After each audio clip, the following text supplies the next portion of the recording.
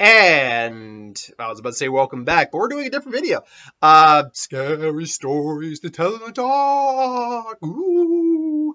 Actually, this movie was actually pretty good. Actually, what is this movie holding right now on Rotten Tomatoes? I'm pretty sure it's like in the 70s or 80s. Let me check. But no, me, Mark, and my girlfriend went to see that last night for matinee, and we really had a good time with it. We thought it was a pretty decent, 81%. Most people really like this movie. And count me and Mark and my girlfriend as three of those people who really like this movie. Uh, so, I mean, it tells a story of a girl named Stella who, is kind of the outcast. She's dealing with struggle. And they go into this house that, has a history, and they find the scary book, and the stories come alive. The short and sweet of it. It's kind of an anthology movie, but does have a story through line. Basically, a story that connects everything going on. And I'll say this right up front. Ultimately, I really like them. Like, all the actors are good. One of my complaints, I will say, is these are some stock characters. It's in the 60s, and Mark tried to make you argument, well, it's the 60s. Yeah, but come on, dude. It's because of that. It's because of that mentality that some of these people are. I get that, but that doesn't change the fact that they are like cardboard cutout characters in some. This in the first story, Harold, the scarecrow one, where first off, that bully's a fucking psychopath. So he got what he deserved. But still, it's like, really? This is okay.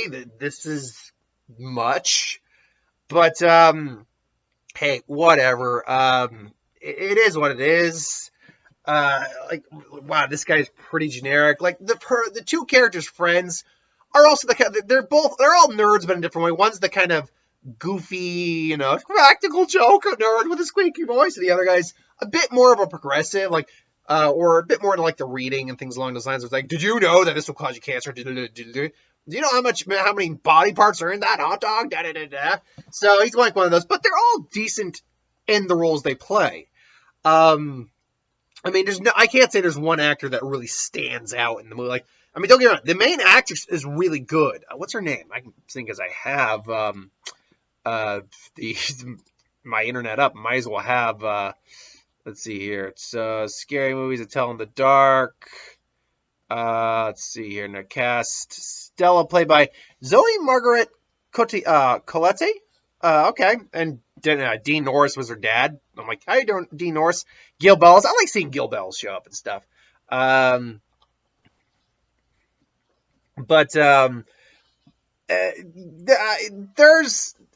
what's the best way to put it? There's no one true standout, though. Again, our main lead is very good. She carries the movie very well. Here you go, baby. The puppy's here and she's licking herself. If you could, you would too. Don't lie. I will find you if you're lying. Or will I? Will I? I don't know. I digress. The movie really does do a good job of setting atmosphere. Like, I'm not a big fan of jump scares. Not because I generally find them scary, because for me, it's about physical response to loud noise after a quiet moment. And it's more like, God! So it literally puts my body into kind of like a mini shock, like, shit. And they got me with the first main jump scare, like, shit, they got me with that one. Wasn't even scared, like, God damn it. But then after that, there wasn't really any true jump scares that took me or anyone by surprise, release. By Mark. Actually, we hear a little bit of applause in the theaters. That's how much people liked it, apparently. Though there were moments me and Mark were just kind of like, luckily being so blind I am, I could just go like,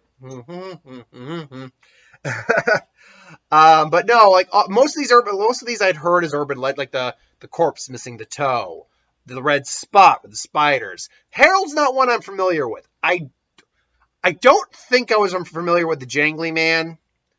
Nor the woman in the red room one. I don't think I was familiar with that one either.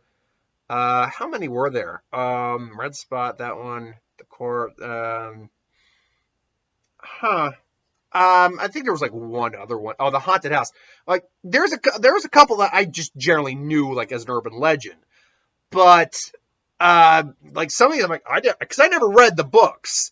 So I'm like, all right, but as far as I know, like, these are straight out of the books. And most of the time, it's a practical, like, that's a person in the suit when you see, like, the monster come up on screen. And, like, with the Jangly Man, who has a lot of fast movements, though he's a guy in a suit a lot of the time, He is also, CGI is actually pretty solid on, though you can tell where the CGI is, obviously. It's still really good CGI. So, yeah, it gets tense in this movie.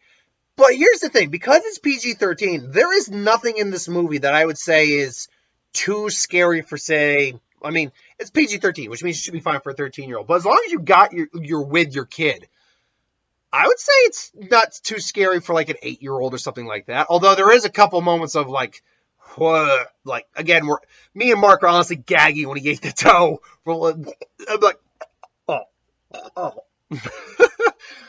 There is a scene though where someone gets their neck snapped, so that might be a little intense. That one, I'll give you that. That might be a little intense. But no, look, it delivers on creepiness, atmosphere. It's unsettling, definitely. So, but it's a fun movie. It's that kind of movie where you're feeling uncomfortable, you're a little scared, but you're having fun being scared. So ultimately, I gotta give this a good thumbs up. I love the creature. The creature designs are wow. Sorry, I'm still on Rotten Tomatoes. So there's oh man, that's terrible. That's unfortunate. Apparently, a pilot for a show got 0% on Rotten Tomatoes. That's never good. Look, the creature designs are good. The atmosphere is good. They made it feel like the 60s. The film, I knew I was probably going to enjoy the film when it opened up with Season of the Witch. The full song. Must be the season of the witch. Yeah. Da-da-do-do-bo-do-bo-do. Yeah. Must be the season of the witch. I'm like, okay, you sold me. And it just continues over there. And I'll say this. It does end in a way that they could do a sequel if they want. There's plenty more scary stories to tell in the dark. I know that. Besides like the 5 we see. And there, even in the book, in the movie, there's more in there. You just don't actually see them. But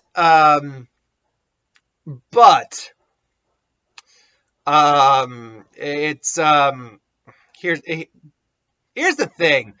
I'm not going to say exactly how it ends because I'm not going to spoil it exactly, but it ends in a way that could be a sequel. But the way that the issues resolved with the book makes you wonder how they would do a sequel still using the book. And if you haven't seen the movie and you go see the movie, you'll know exactly what I mean. Something is controlling the book. The book belongs even in the trailer. I think the book belonged to someone, and through that, the spirit's controlling it. It gets resolved, but the question is, if you did a sequel, how would you do it without using that character again, and the reasons behind that? So I'm a little interested to see if they did it, how they would do it. But ultimately, it is what it is. So thanks for watching, though. I hope you enjoyed. Jesus, people are just being loud outside. Thanks for watching. I hope you enjoyed. Like, comment, share, and subscribe. As always, you want us to review something, put in the comments below. Let us know. We'll do a review of it at some point. Ideas for who to win, Star Wars, Superior Magic, what if. Anything to do on the channel, put that in the comments below as well. I'll get to that at some point. So thanks for watching. Hope you enjoyed, and I'll see you folks next time.